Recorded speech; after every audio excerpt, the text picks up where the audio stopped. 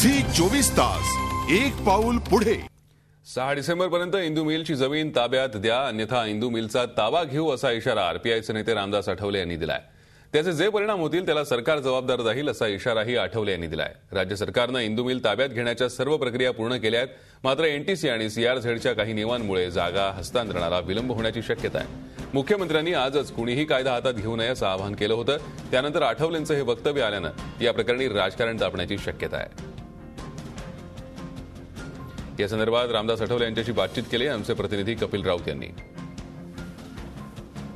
6 डिसेंबरला हिंदू मिलची जागा घेतल्याशिवाय राहणार नाही अशा घोषणाबाजी आपण ऐकलेल्या आहेत। एकंदरीतच ह्या सर्व मुद्द्यावर सर्वांचं लक्ष आहे। मुख्यमंत्र्यांनी सांगितलेलं आहे की आम्ही हिरवा सिग्नल दिलेला आहे, पण काही तांत्रिक गोष्टी अडकलेल्या आहेत, त्यामुळे हा जो ठराव आहे हा पाठीपुढे होऊ शकतो। काम वेळ काढतात मुख्यमंत्री असे आरोप होत आहेत। आपल्यावर रामदास आठवले त्यांच्याकडून जाणून घेऊया की नक्की काय आहे। सर, मुख्यमंत्री वेळ काढतात या प्रकरणामध्ये आणि 6 डिसेंबरला तांत्रिक गोष्टीचं कारण पुढे ढकललंय।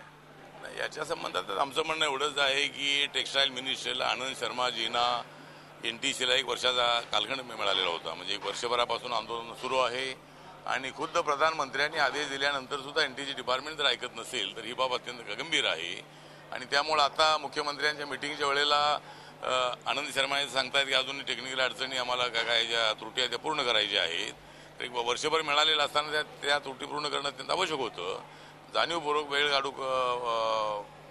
काढूपणा केला जात असल्याचा आमचा आरोप आहे। आरपीआय ठाम आहे 6 डिसेंबरला ताबा घेणार। रिपब्लिकन पक्ष यासाठी ठाम आहे, म्हणजे एक तर आम्ही तर सांगितलंय की लाठी गोली खाएंगे फिर भी आगे जाएंगे, जय भीम के नारे पे खून बहे तो बहने दो।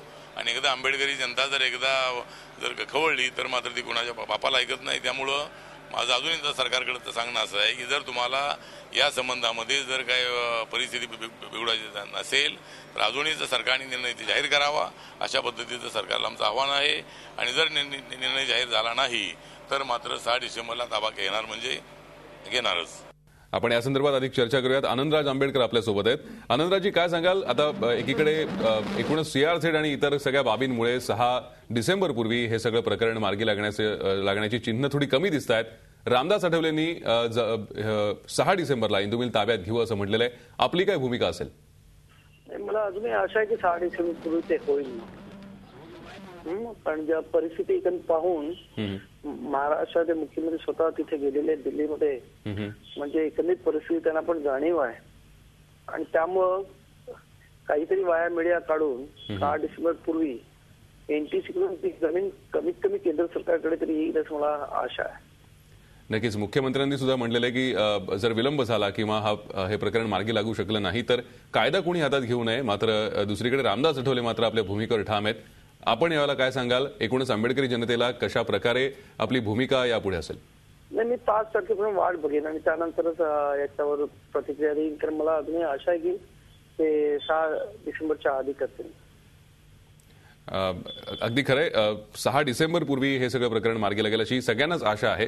पण हा जर का प्रश्न मार्गी लागू शकला नाही तर पुढे कशा प्रकारे आपण भूमिका घ्याल?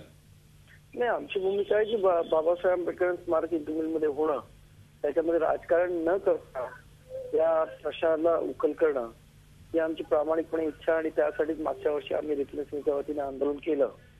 आणि आता जर आम्हाला असं आश्वासन मुख्यमंत्र्यांनी करून दिलं आंबेडकरी जनतेला, म्हणजे स्वतः टीव्हीवरती स्वतः प्रेस कॉन्फरन्स घेऊन काय कुठपर्यंत आलंय आणि त्याच्यामध्ये जर तथ्य वाटलं तर नक्कीच आम्ही शांतता बाळगू।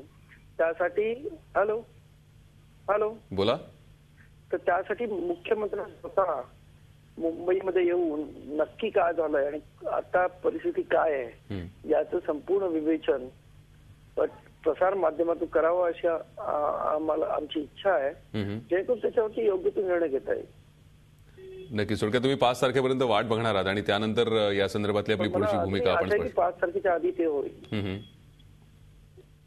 नक्कीच। धन्यवाद आनंदराज आंबेडकर आमच्याशी बोलत त्याबद्दल। रिपब्लिकन सेनेचे नेते आनंदराज आंबेडकर आपल्या संपर्कात होते। झी 24 तास एक पाऊल पुढे।